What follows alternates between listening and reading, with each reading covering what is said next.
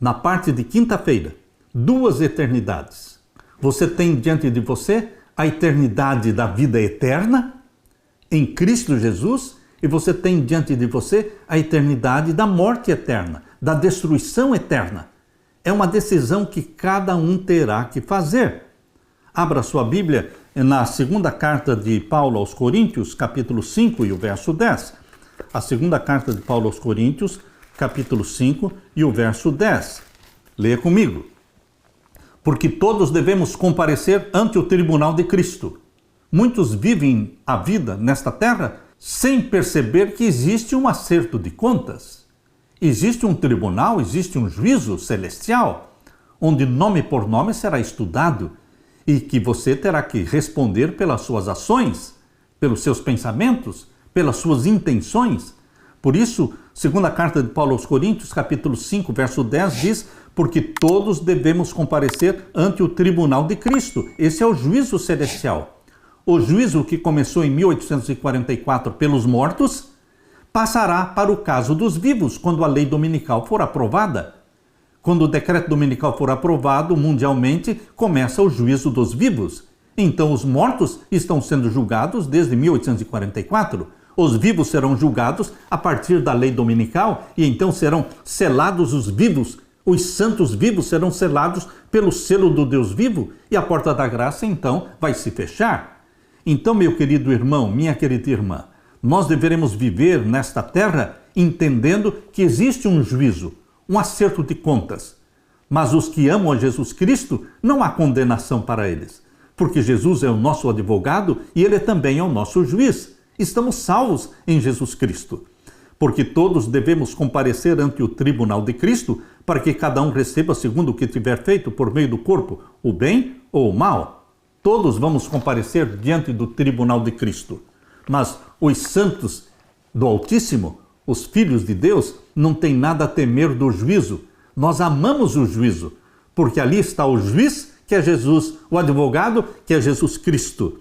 Meu querido irmão, em Apocalipse capítulo 20, verso 11 a 15, diz que no final dos 1000 anos, os ímpios receberão a justa recompensa de terem rejeitado a Jesus como Salvador. Apocalipse capítulo 20 e os versos 11 a 15. E vi um grande trono branco, e o que estava sentado sobre ele, de cuja presença fugiu a terra e o céu, e não se achou lugar para eles. E vi os mortos, grandes e pequenos, que estavam diante do trono, e abriram-se os livros, e abriu-se outro livro, que é o da vida. E os mortos foram julgados pelas coisas que estavam escritas nos livros, segundo as suas obras.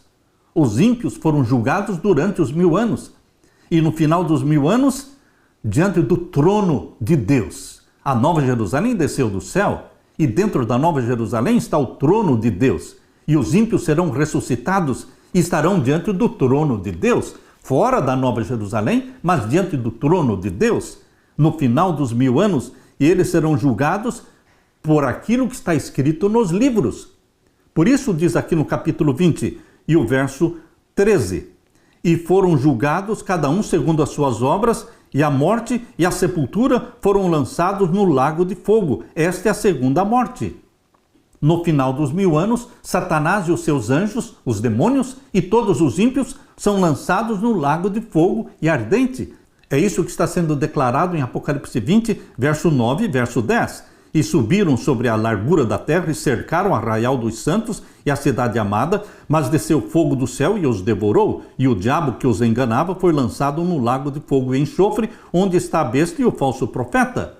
Queridos, o lago de fogo e enxofre existirá. Não existe hoje, mas existirá no final dos 1000 anos. E ali serão queimados Satanás, todos os anjos maus e todos os ímpios. Por isso, Apocalipse 20 e o verso 14 e 15 diz: e a morte e a sepultura foram lançados no lago de fogo. Esta é a segunda morte, da qual ninguém vai ressuscitar. A segunda morte é morte eterna. Não é vida eterna em sofrimentos, em tormentos. É morte eterna. Eles serão queimados e se tornarão cinzas. Verso 15. E aquele que não foi achado escrito no livro da vida foi lançado no lago de fogo. Queridos, esse lago de fogo destrói raiz e ramos. A raiz do pecado é Satanás e os ramos são os ímpios. Todos serão queimados e se tornarão cinzas. Leia comigo Malaquias capítulo 4, versos 1 a 3. Porque eis que aquele dia vem ardendo como forno.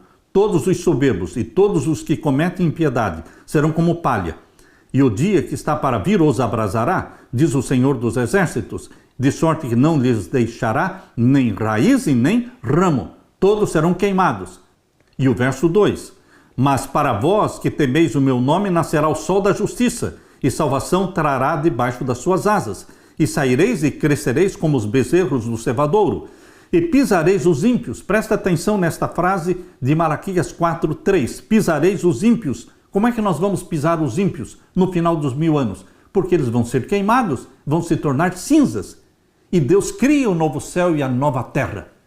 Quando você estiver andando na nova terra, naquele jardim, naquele paraíso da nova terra, você estará andando sobre as cinzas dos ímpios.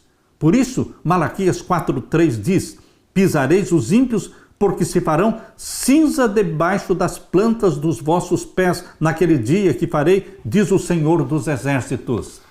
Queridos, não existirá um lago de fogo eterno, mas existirá morte eterna. Os que são queimados pelo fogo eterno é eterno nos seus efeitos, mas eles queimam até se tornar cinzas. E Deus cria um novo céu e uma nova terra.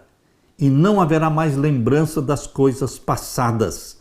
Jesus Cristo está prometendo para você um novo céu e uma nova terra sem a presença do pecado, sem a lembrança do mal.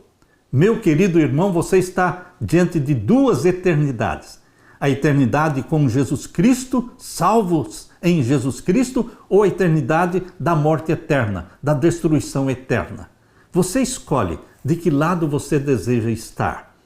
Eu já aceitei a Jesus como meu Salvador. O Espírito Santo já me gerou. Eu fui gerado, você precisa ser gerado pelo Espírito Santo, nascer do Espírito Santo. Aquele que nasce da água, nasce também do Espírito Santo. Você e eu precisamos ser batizados pelo Espírito Santo, selados pelo selo do Deus vivo, para sermos arrebatados para o céu na segunda vinda de Jesus Cristo e viver com Ele 1000 anos no céu. E depois, descer com a nova Jerusalém no final dos 1000 anos, juntamente com Jesus Cristo. E então, no final dos 1000 anos, nós vamos ver todos os ímpios e Satanás. Eles vão comparecer diante do trono de Deus. E eles vão reconhecer que Deus é justo, Deus é misericordioso.